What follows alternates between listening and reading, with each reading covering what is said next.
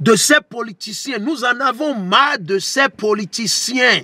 Quelle que soit la région, le pays, le bord, nous en avons marre. Trop, c'est trop.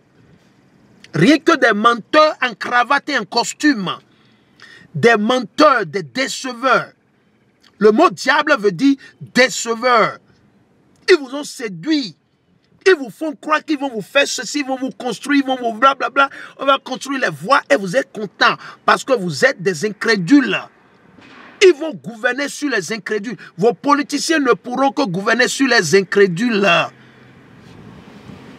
Il dit, venez aux eaux. Vous voyez ce que la parole dit? Venez aux eaux. De quelle eau il parle? C'est au pluriel. Les lois et les commandements de l'Éternel. Les lois et les commandements de l'Éternel. Parce que d'ici bientôt, la Bible ou vos Bibles seront bannies et vous allez constater qu'on ne va plus envoyer les Bibles dans les bibliothèques ou les librairies en Afrique. Ça arrive. Et vous allez commencer par dire, tcho, si je savais. Tcho, si je savais. Dernier mot de l'imbécile. C'est le dernier mot de l'imbécile. Il dit, c'est comme on le dit en anglais.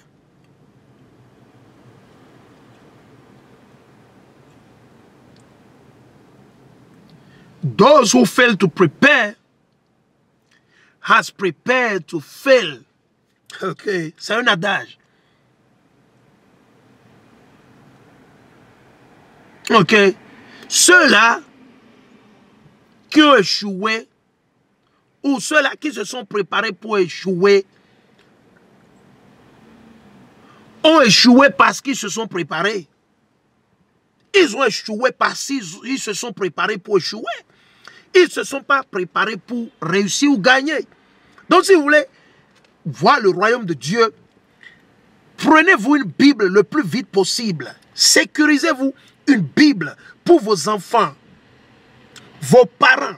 Parlez à vos frères, à nos frères et sœurs. Le temps arrive, hein? Le temps arrive. Le temps arrive. Il dit, oh, vous tous qui avez soif, venez aux eaux. Vous-même qui n'avez pas d'argent, vous n'avez pas besoin.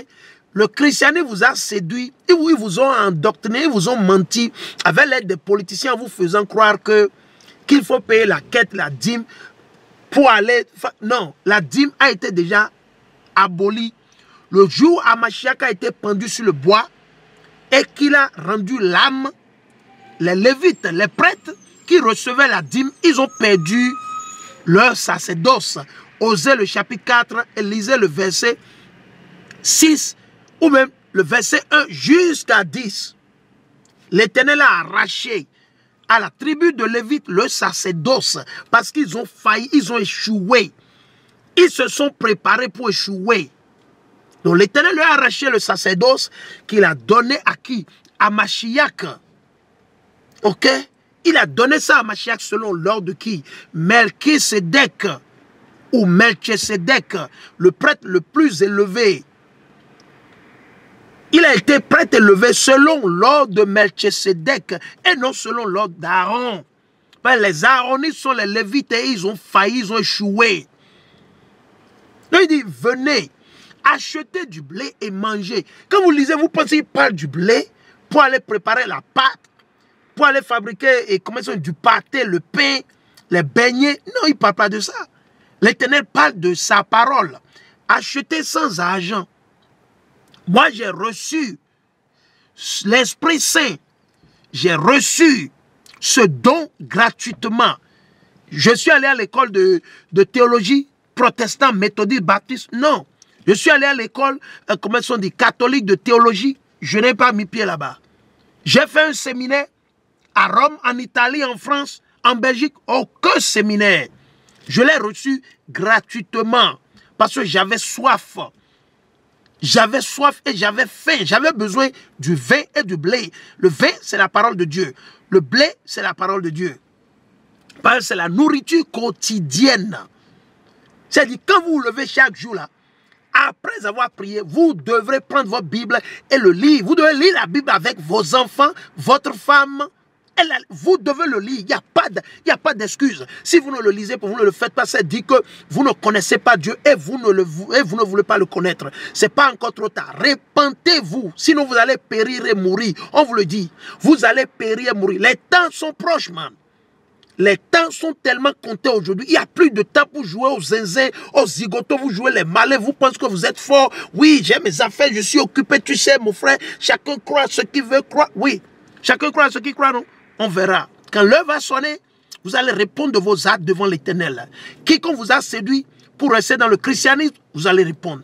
Quiconque vous a séduit ou vous a déçu pour rester dans l'islam, vous allez y répondre. Quiconque vous a séduit pour être sorcier, sorcière, faire les gris-gris, adorer les idoles, adorer le faux Jésus blanc, et Edom, le faux Jésus blanc, la fausse Vierge Marie, tout ça qu'on vous a donné, vous allez répondre. Le problème ne se pose pas. Quiconque vous a dit d'aller faire les vaudous, les gris-gris, charlatans, courir chez les christianistes célestes à gauche et à droite, vous allez rendre compte. Le problème ne se pose pas. Vous allez payer.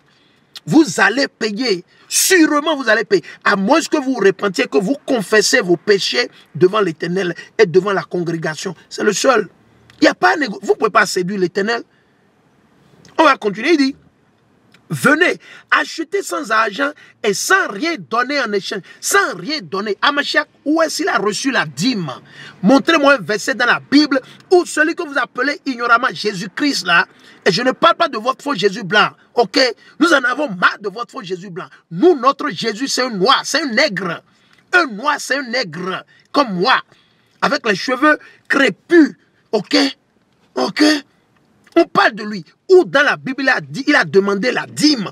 Où il a récupéré les quêtes. Qu'il va enseigner dans les rues, dans les villages, dans les contrées, là, en marchant, là. Où dans la Bible, il a collectionné les sous chez les gens. Montrez-nous, on veut voir. Vous les chrétiens, vous qui bavardez avec vos pasteurs là, on vous met au défi, on vous attend. Montrez-nous là où il a collectionné les sous. Et maintenant que vous faites, vous mettez les caméras dans les églises. Maintenant, ils ont les caméras dans les églises chrétiennes maintenant. Le christianisme, ça tend vers sa fin. Le christianisme tend vers sa fin. Attendez, ça arrive, vous allez comprendre.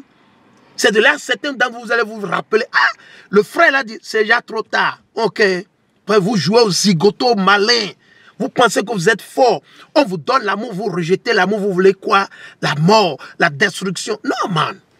On va continuer, il dit. Achetez sans argent et sans rien donner en échange du vin et du lait, la parole de Dieu. Les lois et les commandements représentent et constituent ici quoi? Le vin et le lait. Pourquoi dépenser de l'argent pour ce qui n'est pas du pain? Vous perdez votre temps les dimanches, les samedis, certains d'entre vous les dimanches, les lundis, les mercredis. Certains d'entre vous, vous allez à l'église tous les matins, tous les jours. Rien, vous ne connaissez même pas ce que l'Éternel dit. Vous ne savez même pas où sont écrits les lois et les commandements de l'Éternel. Et vous gaspillez votre énergie. Vous perdez le temps. On va continuer. Pour ce qui n'est pas du pain, votre travail, pour ce qui ne rassasie pas. Le christianisme, on vous a donné le christianisme depuis les années 1400. Vous êtes toujours au même statu quo. Qu'est-ce qui a changé dans votre vie? Vous êtes toujours chrétien, musulman. Rien n'a changé. Toujours au même statu quo. Toujours au même statu quo.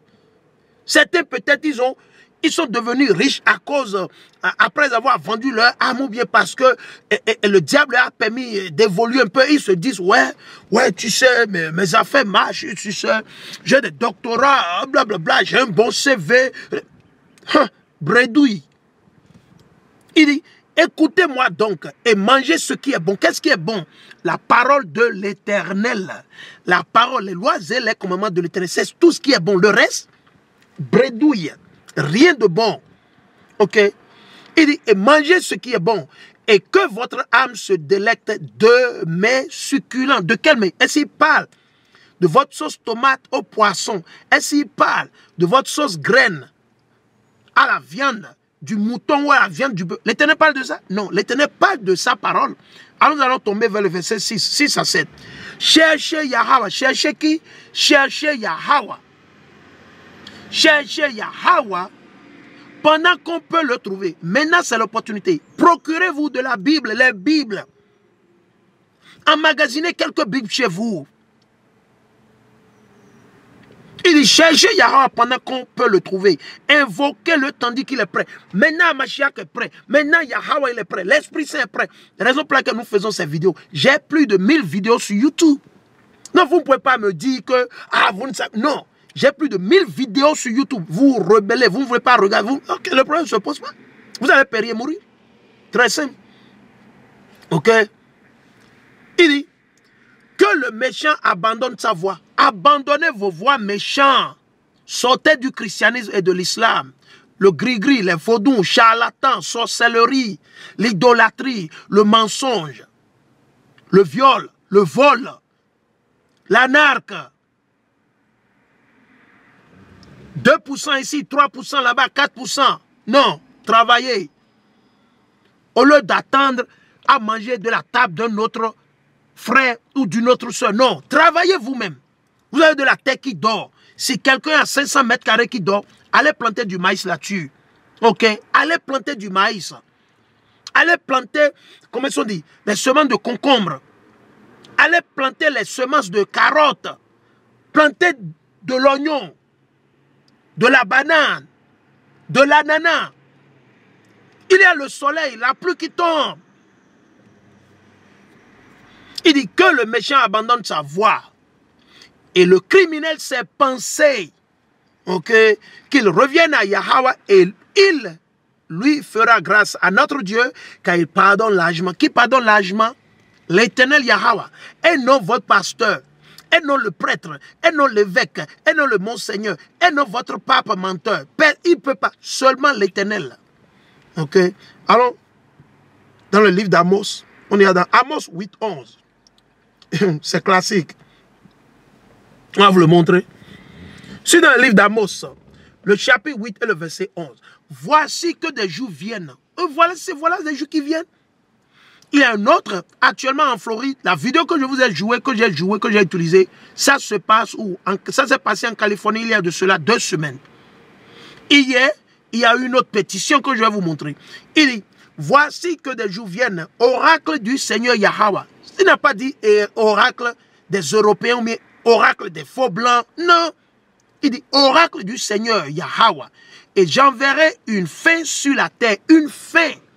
On va voir de quelle fin.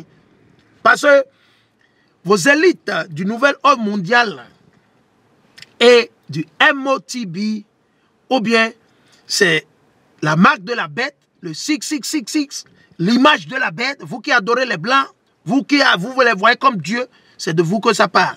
Révélation Apocalypse 13, 14. Ok. Si vous les adorez, vous irez en enfer. Si vous adorez les blancs, quand vous voyez les blancs, vous les voyez comme Dieu.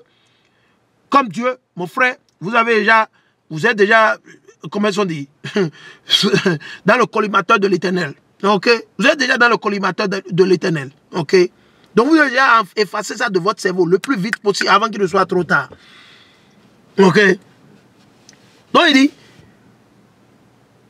et j'enverrai une fin sur la terre. Une fin sur la terre. Comme je le dis, vos élites sont en train de planifier. Le diable, le déceveur, que Satan a remis au pouvoir en France, après qu'ils ont fait leur corruption de vote. Et vous le savez, ben nous savons que ce monsieur n'a pas gagné les élections. Tout est déjà organisé. Ils ont déjà tout organisé. Depuis, ce n'est pas maintenant, depuis plus de 10 ans, 20 ans, ils ont déjà tout planifié. Révélation 2.9, Révélation 3.9, ou Apocalypse 2.9, Apocalypse 3.9. Nous savons de quoi nous parlons. On parle en esprit. Spirituellement, nous parlons. Ceux qui ont l'esprit vont comprendre. Révélation 2.9 ou Apocalypse 2.9, Apocalypse 3.9, ils ont déjà tout concocté depuis plus de 30 à 40 ans. Qui vont positionner en France les 10 ans là pour pouvoir aller en guerre contre la Russie et faire tout ce qu'ils ont à faire. Parce qu'ils le savent que si quelqu'un d'autre prend le pouvoir, ça ne va pas les avantager. Raison pour laquelle ils font les coups d'État dans différents pays pour pouvoir faire partie les leaders. Ils ont tenté de le faire en Corée du Nord, ça n'a pas marché. Ils ont tenté de le faire en Syrie, ça n'a pas marché. Ça a marché pour eux en Libye, en Libye, au Soudan, en Somalie, en Afghanistan. Il y a de cela 2 semaines maintenant, ils ont fait un coup d'État, ils ont fait partie le premier ministre, comment on dit, pakistanais. Parce que le monsieur est contre les Américains, il dit la vérité. Donc qu'est-ce qu'ils ont fait? Ils ont payé l'Assemblée, les membres de l'Assemblée du Pakistan, et ils ont fait partie le monsieur. Et vous avez vu, il y a eu tellement de marches au Pakistan.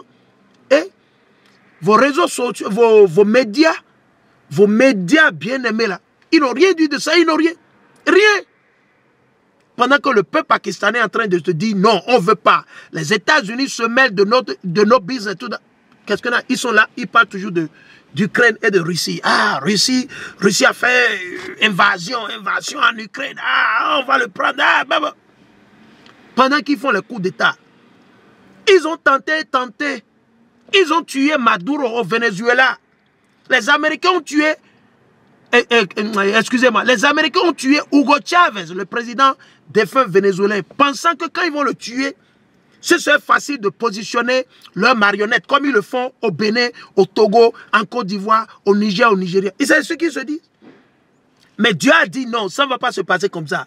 Raison pour laquelle Maduro est en train de durcir le ton avec eux depuis. Ils ont tout fait, ils ont fait les attentats, coups d'État, ils ont tout fait, ils ont payé des gens, des man. Rien, bredouille. Ils sont en train de faire tout pour faire partie. Non, parce qu'ils se disent, ils sont en train de faire la même chose en Chine.